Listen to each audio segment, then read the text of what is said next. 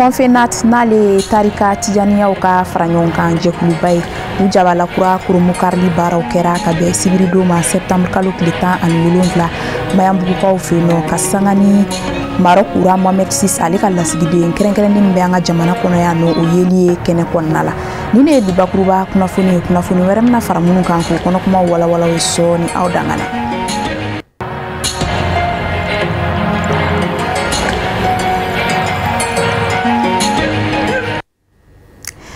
Foli ani waliɲuman dɔ an b'o ta k'u ɲɛsin aw kelen-kelen bɛɛ lajɛlen ma aw minnu ma sɔn ka laada wuli fewu ni kuma in b'a sɔrɔ aw bɛɛ lajɛlen b'aw ka jabaraniso Mandikɔrɔ Sherifila TV k'aw ka bamanankan kunnafoni kɔnɔ an b'a fɔ ko nin ye o waati selen ye wa a y'aw bisimila i n'a fɔ an y'aw tulo lasɔn bakuruba kunnafoni ale kɔnɔna la cogoya min na sisan Confénat ale jabala kura kurumu karili baaraw bɛɛ kɛra ka bɛn sibiri don ma septembre kalo tile 17 san 2022 Mayambugukaw fɛ yen nɔ Bamako sigida 6nan kɔnɔna la k'aw ladɔnniya k'a fɔ ko nin kɛnɛ in yɛrɛ tun seriyalen don maba caman fɛ i n'a fɔ Maroc masakɛ Ura Mohamed VI ale ka lasigiden min bɛ an ka jamana kɔnɔ yan nɔ ale tun bɛ kɛnɛ kɔnɔ Sherifila jabaraniso tɔgɔ la Korotini Jalo bɛ ɲɛfɔli k'a k'u tɔ la. Confédération nationale des adeptes de la Tarika Tidjania du Mali, Bakurbala, n'a bɛ wele ko Confénat. Olu jabala kolomu karikɛla a musaka bɛɛ o n'a denfaya tala ka di Maroc roi ma n'a bɛ wele ko Roi Mohamed VI du Maroc. Nin baara kelen laɲini ne ka se ka halisa bɛɛ min bɛ jamana fila ninnu ni ɲɔgɔn cɛ ka bɛn tɔ tintin. Ministre min ka kokɛtaw bɛ ɲɛsin diinɛko, laadako, ale ni batoliko kan y'a jira k'a fɔ ale nisɔndiyalen don kosɛbɛ ka sanga ni a nali ye nin kɛnɛ in kan wa a bɛ Roi Mohamed VI fo kɛrɛnkɛrɛnnenya la. Hakilina jigila an b'aw ladɔnniya k'a fɔ ko nin baara kelen bɛnna an ka semaine de réconciliation nationale ma. Jɛkulu min bɛ wele collectif des députés de la 6e législature a maaw ye kunnafonidi kɛnɛ dɔ sigi min dakun tun bɛ tali kɛ bɛɛ fanga o kɔlɔsili la nanzarakan na la sauvegarde de la démocratie kɛnɛ in yɛrɛ sigira ka bɛn sibiri don ma septembre kalo tile 17 san 2022 la jɛrɛkɛso mémorial Modibo Keita kɔnɔna la ka sanga ni politiki ɲɛma caman yeli ye kɛnɛ kɔnɔna la Sherifila jabaraniso tɔgɔ la an ka jɛka sɔrɔliw ɲɛmada. Ni kunnafonidi kɛnɛ min sigilen filɛ nin ye o kun de ka se ka na kulu dɔ maaw ka bureau kura k'o yira jama la n'o kulu yɛrɛ bɛ tali kɛ collectif des députés de la 6e législature maaw la u ka ni bureau kura in maaw yiralen kɔ jama la u sɔrɔla k'a yira jama la tuguni k'a fɔ k'u ni fanga ɲinitɔn jɛkulu dɔw y'u bolo di ɲɔgɔn ma u ni minnu bɛna baara ɲɔgɔnyaw kɛ yaasa bɛɛ fanga n'o ye démocratie ye u ka se ka sinsin an ka jamana kɔnɔna la cogoya min na fanga ɲinitɔn ninnu ka kuma lasela ka kuma kɔnɔ a y'a yira k'a fɔ ko collectif des députés de la 6e législature maaw k'u ka ni hakilina ɲuman in ye hakilina ɲuman ba de wa k'olu yɛrɛ pɛrɛnnen don u dɛmɛli kama ni hakilina in sinsinni na ni jɛkulu in n'o ye collectif des députés de la 6e législature maaw ye u ka ɲɛmaa min nɔna bila la sisan nɔ ale fana y'a yira k'a fɔ a ka kumaw kɔnɔ k'olu b'a dɔn k'a fɔ an ka jamana bɛ gɛlɛya minnu na nin waati ninnu na o de kama k'u fana cɛsirilen don yaasa u fana ka se k'u ka fasoden ɲumanya yira bureau kura min bilalen filɛ sen kan ye a maa bɛ tali kɛ maa 17 bɔɲɔgɔnko la u ka baaraw bɛ na ɲɛnɛmaya san 3 bɔɲɔgɔnko de kɔnɔ ni bureau kura in min bilalen filɛ nin ye sen kan a maaw fana y'a yira k'a fɔ k'u fana cɛsirilen don yaasa laɲiniw ka se ka sabati. Bon collectif ka bureau kura mun sigilen bɛ nin bureau nin kun bɛ yen ka kɔrɔ an ye bureau de renouvelé bi de donc depuis coup d'état kɛra bureau ni sigira collectif ni sigira donc an kun bɛ yen députés ka komi coup d'état kɛra cogo min ka députés bɔ yen an kun bɛ ka o de kuma fɔ pour que ka députés ka bila u ka droit kan mais sisan a ko tɛmɛn'o kan sisan an bɛ yɔrɔ min an bɛ pour que ka démocratie défend Mali la n'i y'a ye i ko député i ko parti politique ni mun ko parti o ko démocratie tant que ni démocratie ma respecté jamana kɔnɔ jamana foyi tɛ se ka ɲɛ donc an ye bureau respecté sisan an bɛ fɛ ka wuli de ka baara kɛ an tɛ ka baara kɛ o kɔnɔna de la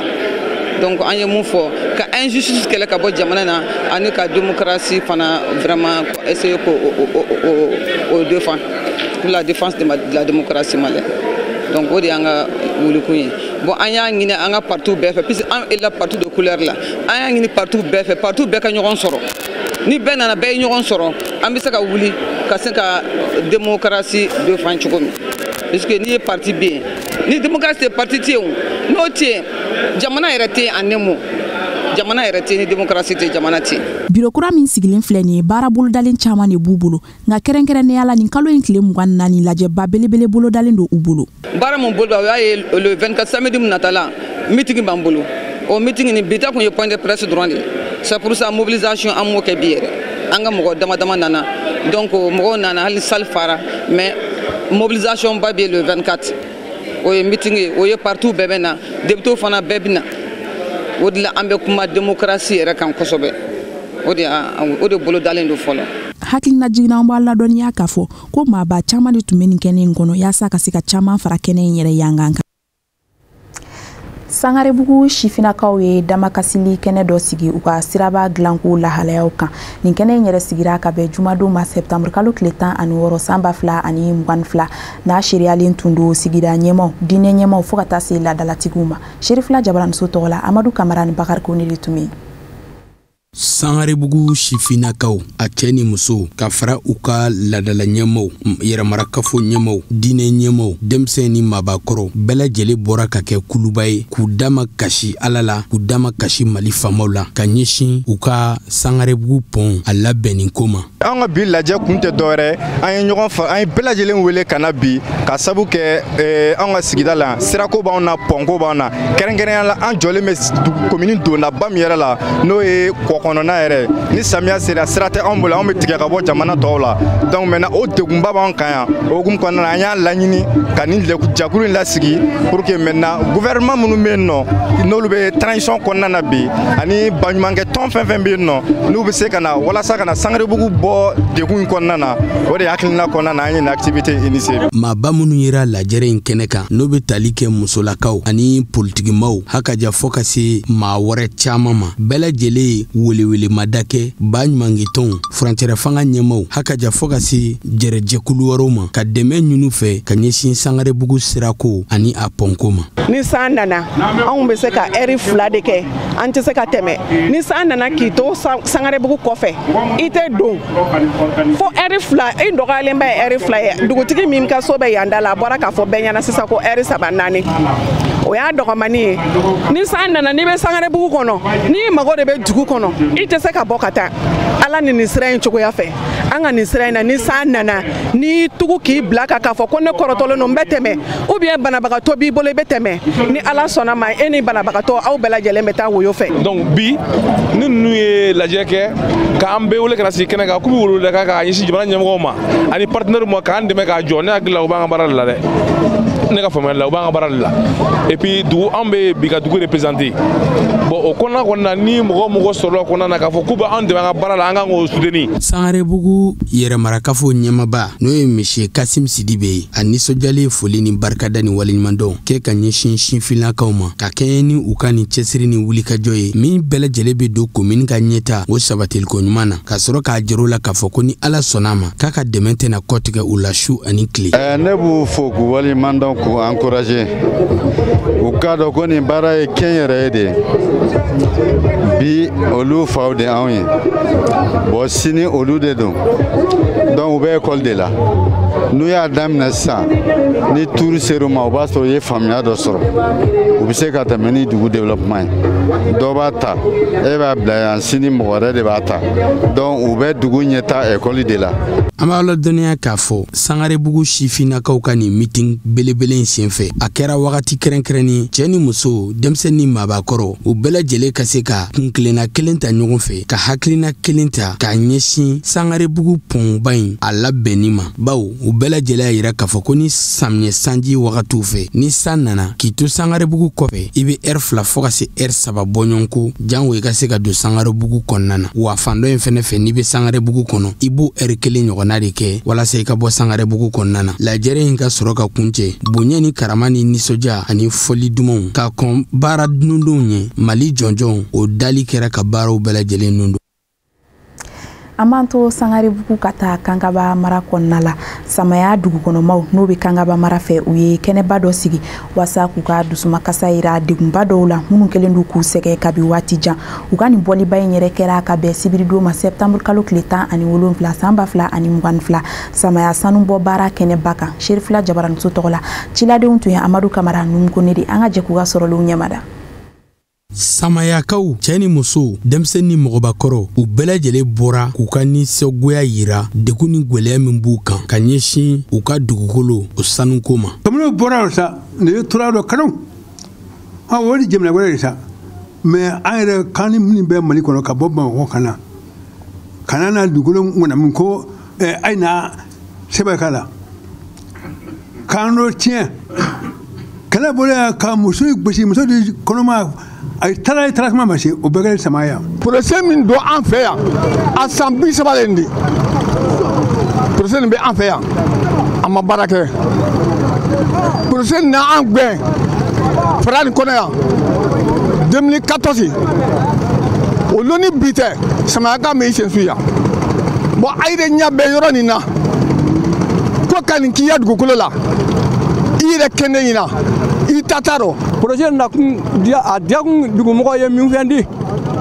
projet bara na ko dugu b'a hɛrɛ sɔrɔ projet na kun de o de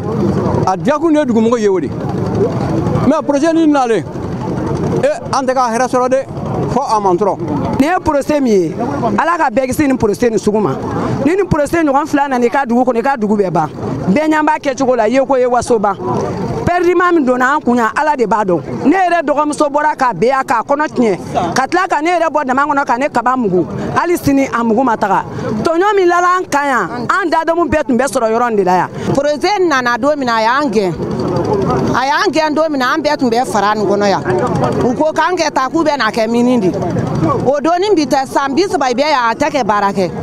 bon sa an ka denmisɛnninw u tɛ se kɛ baara kɛ an yɛrɛ tɛ baara kɛ muso tɛ baara kɛ u y'an gɛn don min na an bɛɛ muso min binna k'a jogi min fagalen don min den fagala kɔrɔ o le ka ca. Projet ma dabɔ nin kama projet dabɔlen min kama Mali fantan naani projet bɛ yɔrɔ o yɔrɔ tiɲɛba kalan na an y'a projet bɛɛ ye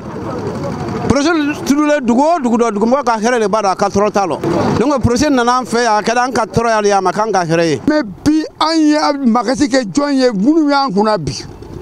n'o sisan faama kura ye Asimu a n'a ka jama an ka makasi kɔni bɔ olu ye a ka kɛ ala yɛrɛ kama ka n'an bɔ gwɛlɛn dɔ k'an bɔ gwɛlɛn dɔ gwɛlɛn bɛ a bɛ an sɛgɛn dɛ n'i ka fɛn bɛɛ bɔ dama nin kɔnɔ wa sɛnɛkɛyɔrɔ t'an bolo tugun koyi. min kɔni laɲini bɛ ne fɛ masintigi minnu bɛ ka baara faraba kɔnɔ a dɔrɔmɛ tɛ dugu ye donc sisan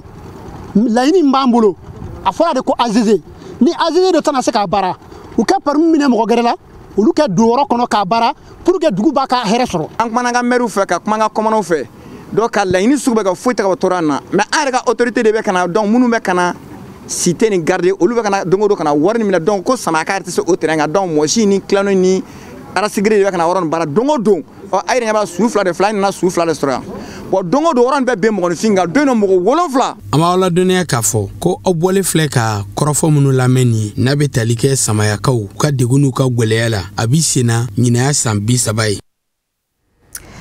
Ka se ka maaw la faamuya denmusomaninw ka ekɔli ladon nafaw kan denmisɛnninw ka furujona kɔlɔlɔw kan fo ka taa bila musow ka kɛnyɛrɛ baaraw nafaw kan o n'u ɲɔgɔnna caman wɛrɛ o de ye ONG Agir maaw ka baara bolodalen dɔ o sigi kun ye kɛnɛ in yɛrɛ sigir'u fɛ ka bɛn alamisa don de ma septembre kalo tile 15 san 2022 commune du Mande na Bamako Kati marabolo kɔnɔna la Sherifila Jabaramuso tɔgɔ la Tɛnɛɲa Tarawele ani Bakari Kone de tun bɛ dugutigi ka ciden ani wɛnzɛndugu meri furancɛrɔ fanga ka bisimilalikanw olu de kɛra ka sigi baara nun don laɲini ka se ka kunnafoni carin kɛnɛ sigi sen kan ka ɲɔgɔn la faamuya yɛlɛma bɛ se ka don taabolow la cogo min wɛnzɛndugu Mande commune rural kɔnɔ. dugutigi ko dakurunya kelen kan ko foli lase projet mɔgɔw ma. Naam. U bɛ baara min na. Naam. Ko u bisimila wɛndugu kɔnɔ ya hali sini. Naam. Ni yan de dɔgɔyar'u la ko dugu parce que dugu boyana. Naam. Yɔrɔ yɔrɔw ja wɛndugu kɔnɔ ya n'u bɛ se ka projet nin dayɛlɛ yen tuguni ka a walankata ka se wɛndugu fan bɛɛ ma. O ye tiɲɛ ye. donc ko dayɛlɛnen do u bɛɛ ye. Baara bolodalen min ni a bɛ ɲɛsin bogotigininw ani musolakaw ka ɲɛtaa ma a bɛ ɲɛnamaya Bamako n'a dafɛ duguw la ka musow ani bogotigininw kalan alphabétisation na ka dɔɔni kankuruyali kalanbulonw sigi sen kan u tɔgɔ la k'u dege bolola baaraw la u ka se k'u yɛrɛw ta ka denbaya dɛmɛ baarakɛminɛnw fana olu bi di ka fara manankun kan k'o kɛ musow ani musomaninw bolola yɛlɛma cogo ye. Particulièrement Mali la ONG Agir ni projet tigɛ bɛ ɲɔgɔn bolo ka baara in lawaleya Bamako n'a lamini an ka baara tɛ dɔwɛrɛ ye an bɛ an balimamusow de dɛmɛ minnu bɛ so n'u sigilen don n'u tɛ baara la n'u ka kalanw danna sira la ka sababu kɛ denbayaw ka gɛlɛya ye olu minnu bɛ duguw kɔnɔ ka essayer ka enquête k'u la k'a lajɛ minnu bɛ sow kɔnɔ k'a lajɛ minnu bɛ ni seba t'u ye k'olu recruter ka balo kalan k'u kun n'u kana balo kalan na kalo 6 kalo 3 donc o bɛ sɔrɔ k'u u kalan fɛnɛ baaraw la baara min y'u yɛrɛ sagona baara ye an bɛ se k'a fɔ kalali b'o la kungilanw b'o la safunɛ dilanw b'o la donc ani baaramisɛnnin caman ni misi mara ni saga maraw. Dɛmɛ in bisimilara musow ani npogotigi minnu fɛ u ye hakilina in fo kosɛbɛ. Fɛn kura tɛ wɛnzɛndugu yan nɔ nin ye ko kɔrɔ ye donc a nana ka na kunnafoni di wɛnzɛndugukaw ma u ye muso minnu former n'u kun bɔra école la ka sigi so kɔnɔ n'u kun bɔra école la ka to yɛrɛma bila la ten nɔ donc projet SOED kɛra sababu ye ko o ŋɔni in bɔ an denmansaw sen na ka u kalan donc a dun fɔra ko n'i ye muso kalan i ye sigida kalan i ye du kalan i ye jamana fitinɛ yelen bɔ donc o ŋɔniba min bɔra an sen na bi projet SOED mɔgɔw nana bi ka na jira halisa wɛnzɛndugukaw la n'i ye ne yɛrɛ selen kɛnɛ kan projet SOED bɛ taa yɔrɔ o yɔrɔ n'u bɛ baara kɛ à travers l'ONG Agir an b'a kɛ ɲɔgɔn fɛ. Projet Agir ala ka barika don a la ale de kɛra sababu ye k'an ka commune demande ka denmisɛnninw bɔ chômage la n bɛ a karamɔgɔw fo parce que mana bɛ kalandenw y'a faamu karamɔgɔw ka timinandiya de fana don u ka timinandiya de to kalandenw y'a faamu n ka foli bɛ karamɔgɔw ye kalandenw yɛrɛ aw fana ni cɛsiri minɛn minnu dira aw ma aw kana minɛn ninnu bila so kɔnɔ aw k'aw cɛsiri ka minɛn ninnu na baara. Fɔlisen dumanw ni dɔnsen dumanw kɛra ka sigi kuncɛ. Sanfɛ kalanso min bɛ wele Université privée Ahmed Baba a maaw ye tile kelen hakilina falen baara dɔ bila sen kan u ni BTP baarakɛlaw ni ɲɔgɔn cɛ yaasa an ka faamuya ka se ka bonya ni sigi in tɔ la an ka jɛ Alhamidu Badini lamɛn. Ni hakili jagabɔ kɛnɛ mun na sigila sanfɛ kalanso fɛ mun bɛ wele ko Université privée Ahmed Baba a laɲini n'o tɛ dɔwɛrɛ o de ye ka masala kɛ maaw fɛ minnu ka baara bɛ tali kɛ BTP la n'o bɛ jɔli ko fɔ wa kuma falen bolila fɛn minnu kan o de ye kalan mun bɛ kɛ ka ɲɛsin sanfɛ kalandenw ma o bɛ se ka kɛ kalan jolen cogo minɛ mako jɔlen bɛ kalan sugu min na baarako binankun kan. Komi an bɛ formation de kɛ alors anw mana sigi ka miiri ka formation labɛn cogo cogo a bɛ taa mɔgɔ wɛrɛw de bɛna olu denmisɛnninw minnu bɛ former o la mɔgɔ wɛrɛw de bɛna olu ta k'olu bila baara la parce que anw tɛna se k'u ta baara la donc minnu b'u ta k'u don baara la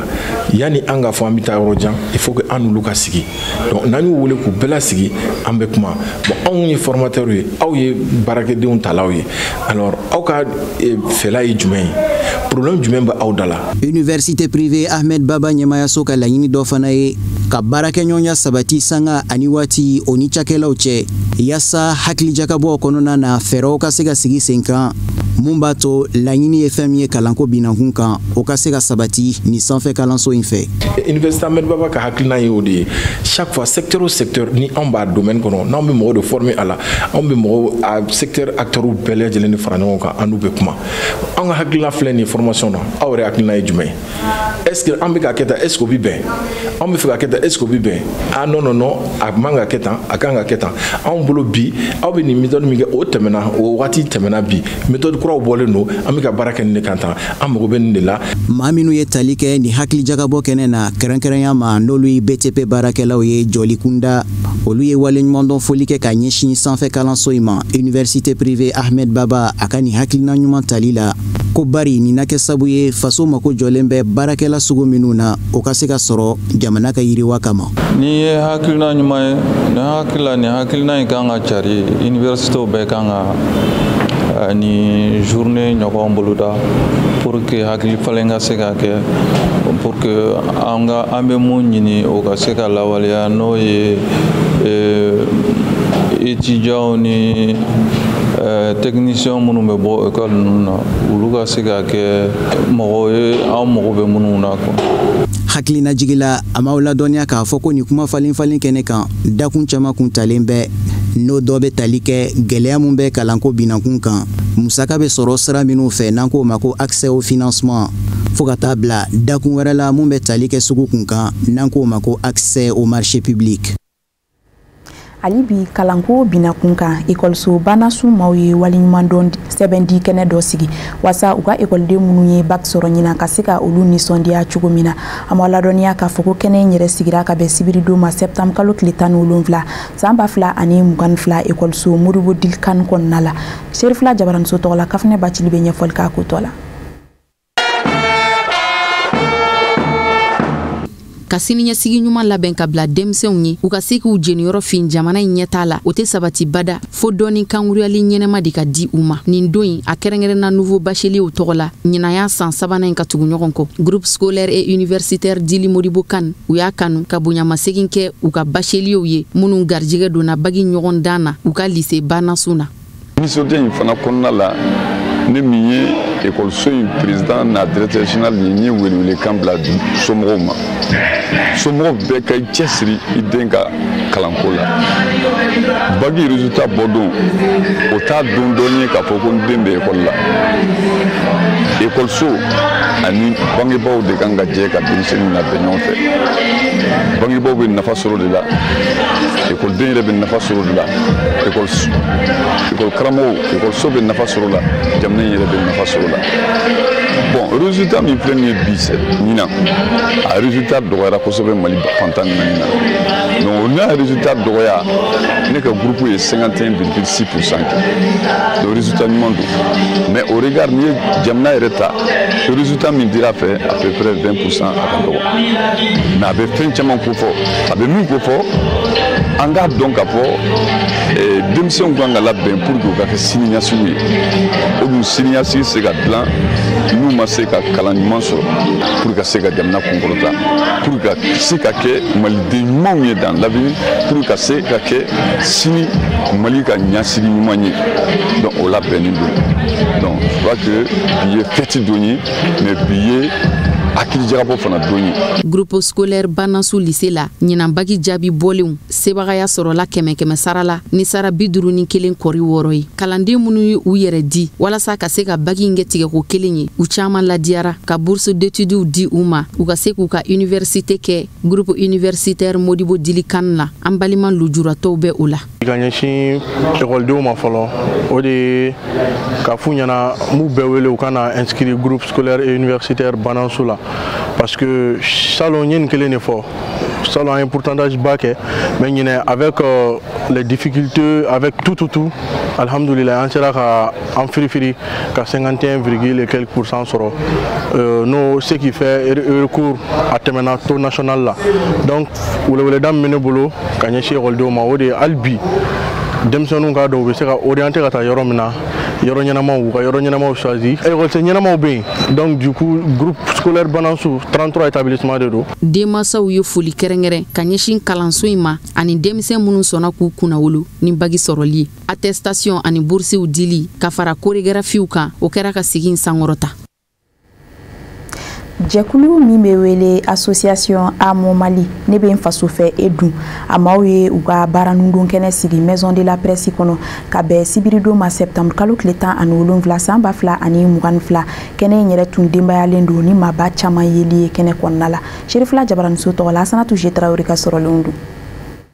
Association Amo Mali n'ale association ye min ka laɲini de ye ka malidenw fara ɲɔgɔn kan u ka don da kelen fɛ ka bɔ da kelen fɛ ani ka furasɛrɛ f'an ka dugɔrɔma tinti u ka nin baara in sen fɛ u ye ɲɛfɔli kɛrɛnkɛrɛnnen kɛ association ka laɲinibaw kan fo ka taga se a ka baara bolodalenw ma ni ka sɔrɔ k'a jira k'a fɔ u b'a jigiya ko maliden cɛman ani musoman olu bɛna fara ɲɔgɔn kan walasa bɛɛ ni keleya o bɛ sabati an ka jamana kɔnɔ I bɛ taa ni kɛ I bɛ taa n bɛ segin a kan mais faso b'a nɔ la mɔgɔ o mɔgɔ de bɛ yen k'e ta ye faso ko ye k'i bɛ faso de fɛ ko faso kanu b'i yɔrɔ an b'i dɛmɛ ni Ala ni kira sɔnna ma wa n dalen b'a la fana aw fɛn fɛn bɛ yen aw fana na anw fana dɛmɛ yaasa baara in ka ɲɛ anw bolo.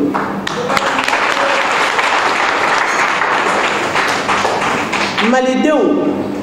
Mali ɲan bɛɛ ta ye n'a ɲana a ɲana bɛɛ ye Ala k'an kisi n'a dun tiɲɛna wallahi a tiɲɛna bɛɛ ye o tuma la maliden cɛ ni muso denmisɛnnin ni mɔgɔkɔrɔba maliden minnu bɛ Mali kɔnɔ minnu bɛ Mali kɔ kan siya ma bɔ siya la diinɛ ma bɔ diinɛ la an ma maa bɔ maa la aw ye na an ka jɛ ka fara ɲɔgɔn kan an k'an sigi ka kuma an ka ŋaniyaw kɛ kelen ye ka hakiliw kɛ kelen ye ka don da kelen fɛ ka bɔ da kelen fɛ k'an faso Mali in dɛmɛ k'a jɔ maliden minnu bɛ Mali kɔnɔ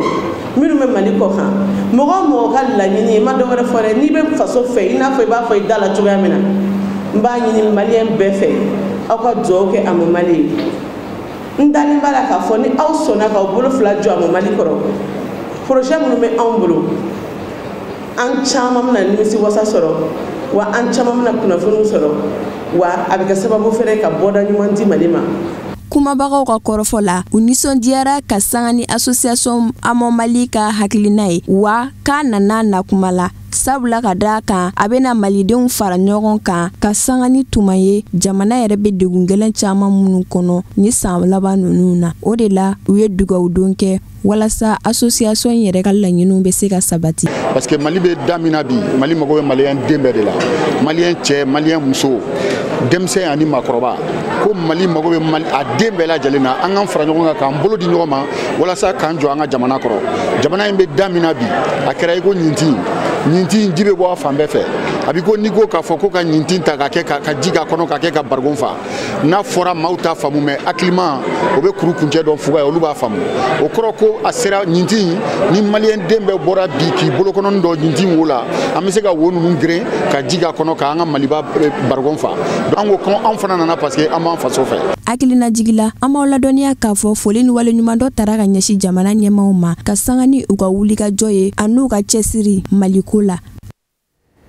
Politique ko bina kun ka fanga ɲinitɔ Mali jigiya kura nanzarakan na Nouvel Espoir pour le Mali bakuruba fɔli la Nema amaw ye u ka ɲɔgɔn ye ta ko fɔlɔ o kɛnɛba sigi Korofina u jabala kɔnɔna la Bamako sigida fɔlɔ la Sherifla Jabaramuso tɔgɔ la kɛnɛ in shiriyara Awa Jabate ani Ibrahim Kulibali le fɛ.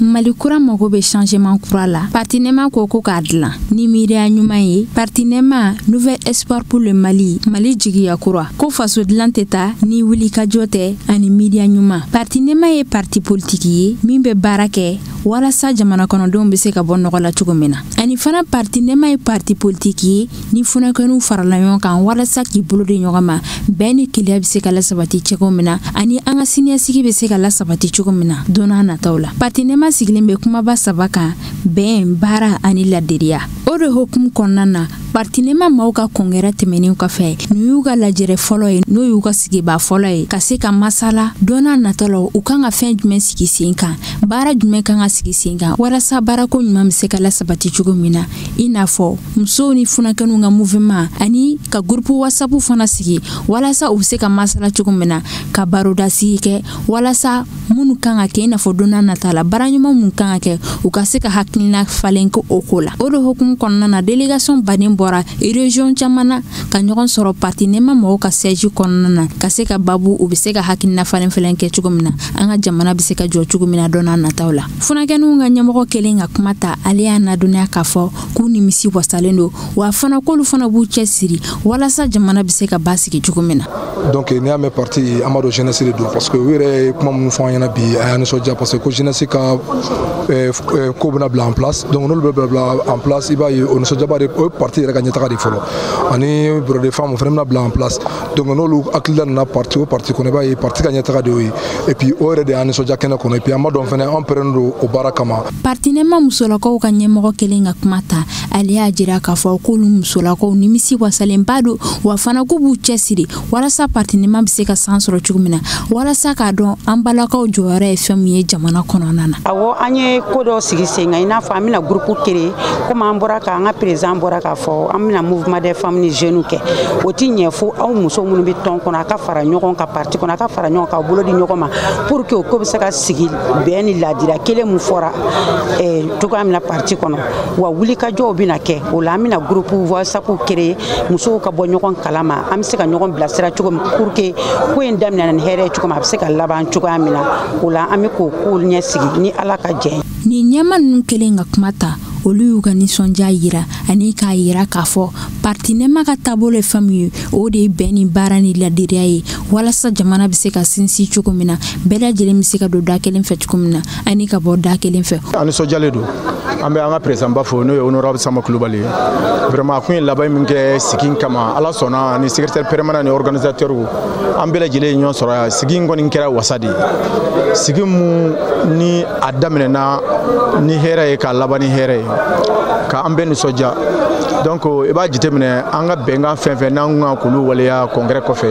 ni de y'an ka sigi fɔlɔ ye n'an y'olu kuma kɛ bɛnkɛra bɛɛ kan ni ala sɔnna président da sera kumaba bɛɛ lajɛlen ma fo ka taa se coordination régionale parce que section sigira ka se ka cercle fara ɲɔgɔn kan parce que élection dɔw bɛ sira la ka na minnu bɛ région kɔfɔ fo ka organisation dɔ labɛn min bɛ se ka taa o sira fɛ donc coordination régionale sira dira o baaraw fɛnɛ olu ka se ka kɛ nisɔndiya de bɛ yen wa min ye an kabakoya mɔgɔ fɛn fɛn bɔra ka so ka na a yɛrɛ de y'a yɛrɛ ka transport bɔ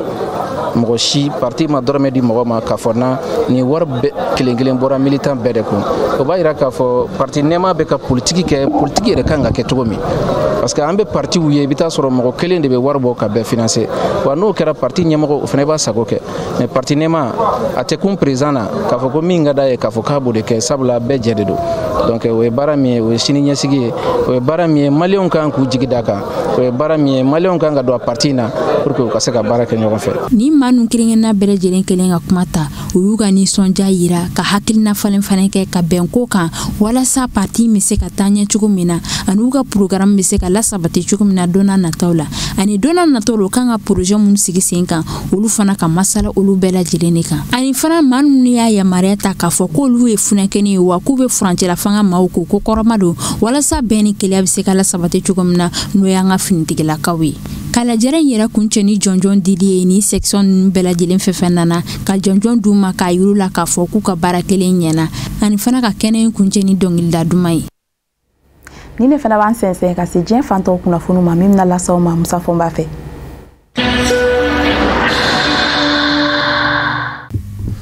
Gabonkaw ka fanga sinamatɔ ɲɛma ni wasabulo ɲɛma kɔrɔ don u k'a ma ko Gi Nzumba Ndama ale de minɛna a dontɔ Gabon ɲamana dafɛ ka bɔ Congo Brazzaville a ka mobili kɔfɛ valisiw dadan bɛ valisi ninnu va mɛ wari de la tew lakana tigilamaw ye a minɛ danjɛ la Gabon ni Congo Brazzaville cɛ sibiri tɛmɛnen euro wari miliyɔn 2 ɲɔgɔn na o de yera valisi ninnu kɔnɔ. Gi Nzumba Ndama si bɛ san 76 ani san 6 la jamana ɲamakɔrɔ Omar Bongo tile la a mɛnna wasabulo ɲɛmaya la san 10 ani san 9 a y'o de kɛ o ɲɛmaya la san 2016 mars kalo de la a ye wala sɛmɛ ka bɔ wasabulo ɲɛmaya la ni ka sɔrɔ k'i kanbɔ jamana ɲɛmaya nɔfɛ ani a kunungo jɛɲɔgɔnkɛ Omar Bongo denkɛ Ali Bongo Odimba cɛ o min gɛnkunbɛ ka mandan kelen sɔrɔ fanga na ka ban ma ɲini o ye Gi Nzumba Ndama ye ani denkɛ kɛlɛlen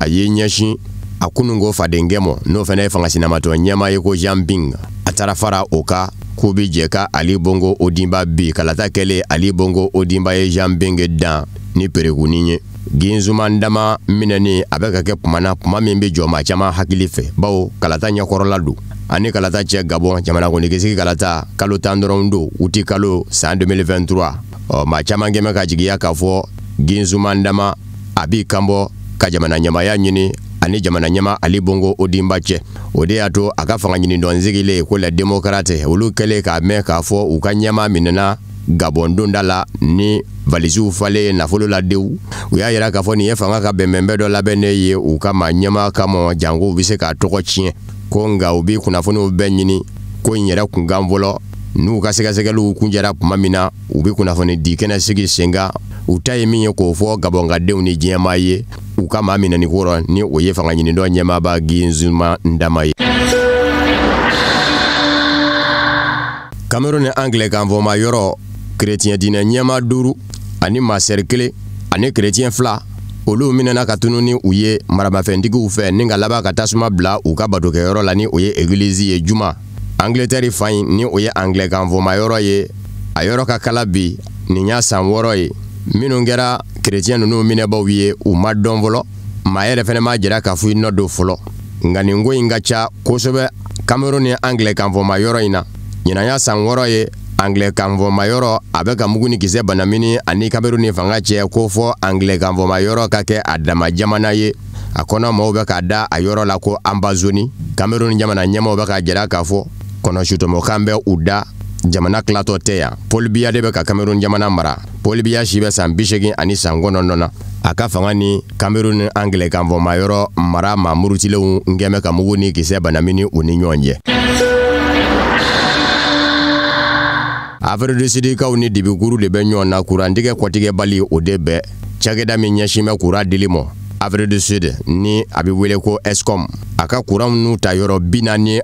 ɲɔgɔn na de tiɲɛna dɔgɔkun kelen kɔnɔ. O nana ni kurantigɛ kɔtigɛbali ye Afrique du Sud duguba caman na. Jamana ɲɛma Cyril Ramaphosa yɛrɛ n'a ma ɲa k'a tɛ jamana kɔnɔ a y'i to taama sen fɛ Amérique jamana kɔnɔ ka na Angleterre jamana fɛ k'a tɛ mɛn bilen a bɛ don Afrique du Sud jamana kɔnɔ ka sabu kɛ nin ye degun min ye jamanadenw ma a ka kan a yɛrɛ ka ye jamana kɔnɔ ka ɲɛnabɔ cogo ɲini a la. Cyril Ramaphosa Afrique du Sud jamana ɲɛma ani Amérique jamana ɲɛma Joe Biden kɛlen kɔfɛ ka ɲɔgɔn ye juma a nana jigi Angleterre duguba la Londres. Angleterre kaw ka masakɛ muso min bira Reine Elisabeth II o ka janaja ntɛnɛ a bi ye o kɛnɛ kan a bi to sa ka Afrique du Sud jamana lasɔrɔ. Caman kɛmɛ ka jira Afrique du Sud ka denw na k'a fɔ yurugu min ni o bɛ fanga kɔnɔ k'o de bɛ ka na ni kurantigɛ kɔtigɛbali in ye wa Afrique du Sud jamana a ka kuran labaara cogo dɔnnibaabaw kɛmɛ ka jira k'a fɔ ani setigi jamanaw ka kuran labaara cogo bɛɛ ye kelen ye u funteni ka bon kɔlɔlɔba de bɛ u la ɲɛnamaya kan. O dun de bɛ ka kɛlɛ bi o de y'a to waati yɛlɛma kɔlɔlɔ kɛlɛli ɲɔgɔn bɛ kɛnɛba min sigira sen kan Sango Glasgow n'o ye COP26 ye diɲɛmaa y'a jira k'a fɔ Afrique du Sud jamana walasa a ka yɛlɛma don a kuran baara cogo la taa kan ka kɛ fɛɛrɛ kura min ye kuranko nasira fɛ Afrique du Sud jamana ka dɛmɛ ni euro wari miliyari 7 ni miliyɔn 700 ye o dira a ma dɛmɛ na. Tunisie kaw fɛ lakana tigilama minnu ɲɛsin bɛ jarawelelaw kɛlɛli ma ko police anti-terrorisme u kɛmɛ ka fanga sinamatɔ ɲɛma fila wele ɛnada fanga ɲinindɔ min kɛmɛ ka silamɛya diinɛ birifini biri a yɛrɛ kan o ɲɛmaba yɛrɛ Rachid Ghannouchi a n'a ka danga minisiri ɲɛma kɔrɔ ni o ye Ali Lerayeri de ye ninnu maa fila de welela ntɛnɛ polisilakaw fɛ Tunisie faaba la Tunis k'a fɔ Tunisie ka den minnu bilara ka taa kɛlɛ la jaraweleli la Siri yan fan fɛ ani Iraki yan fan fɛ ka niw tiɲɛ ko sɔmin gɛmɛ k'a fɔ ninnu de kɛra u bilabaw ye ka taa ye kabini zinelabidini bɛnali bina san 2011 suraka faamaw gwɛnza Tunisie ka den caman de yɛrɛ sɔrɔ jarawelejakulu État islamique ka jɛ kɔnɔ Iraki, Siri ani Libi. Fanga ɲinindɔ Ennahda ale min ye fanga caman kɛ zinelabidini bɛnali bine kɔ ka bɔ Tunisie jamana ɲɛmaya la. Fanga ɲinindɔ na Tunisie jamana kɔnɔ olu de kɛmɛ k'u bolo ɲɛsin a ma ko denmisɛnnin minnu dar'u yɛrɛ sɔrɔ jarawelelaw ka binaku ka Irak, Siri ani Libi ko Ennahda fanga ɲinindɔ de ye a kolokolo. Ennahda fanga ɲinindɔ kɔni ɲɛjugu ɲɛɲuman a bɛ ka ko in ngalontigiya da nan bɛ se a mɔni zen kuma min ni Ennahda fanga ɲinindɔ fɛnɛ ni jamana ɲɛma tɛ kan kelen na n'o ye Kayise Sayedi ye bawo a ye Ennahda fanga ɲinindɔ yɛrɛ ci k'a jira k'a fɔ a ti lakodɔn Tunisie yɛrɛ fanga fɛ bilen.